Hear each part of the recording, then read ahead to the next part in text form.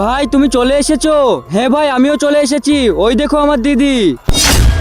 আমি তোমাদের দুজনকে এই জন্যই ডেকেছি, আমার দিদি রাত হলেই কোথায় চলে যায়, ওটাই আজকে ধরবো হাতে নাতে। এই রাতের বেলায় একা একা কোথায় চলে যায়? ঠিক আছে বেটি দাঁড়িয়ে যা, তুই রাতে একা কোথায় যাস? আম্মু কথাটা আসতে বলো, কোথায় ভাই আর বাবা শুনে নিলে তো অনেক বেশি বিপদ হয়ে যাবে। বেটি দাঁড়িয়ে যাই, তুই যাস না। এই নাও দুধের প্যাকেট, এটা তোমার দিদির ব্যাগের মধ্যে আটকে দাও, তাহলে দুধ পড়তে থাকবে আর আমরা বুঝে যাবো তোমার দিদি রাতে কোথায় যায়। আচ্ছা ঠিক আছে, আমি এক্ষুনি করছি। দিদি তুই দাঁড়িয়ে যা। আরে ভাইয়া তুমি এখানে কি করছো? আরে তোর মাথায় কি লেগে আছে? দাঁড়া আমি এটা সরিয়ে দিই।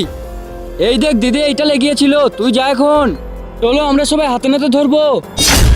তার আগে বন্ধুরা, চ্যানেলটি নতুন খুলেছি তোমরা সাপোর্ট করবে বলে, কিন্তু তোমরা যদি আমার চ্যানেলটা সাবস্ক্রাইব না করো তাহলে কেমন হবে? তোমরা যদি তোমাদের মা বাবাকে ভালোবেসে থাকো তাহলে ভিডিওতে লাইক করে চ্যানেলটিকে সাবস্ক্রাইব করে দিও, কারণ তোমাদের একটি সাবস্ক্রাইব পাওয়ার আশায় আমি এত কষ্ট করে ভিডিও বানাই। আর তোমরা কাকে বেশি ভালোবাসো, তোমার মাকে নাকি বাবাকে, কমেন্টে জানিয়ে যেও। আরে ভাই সাহেব, এই লাইন তো জঙ্গলের দিকে চলে যাচ্ছে।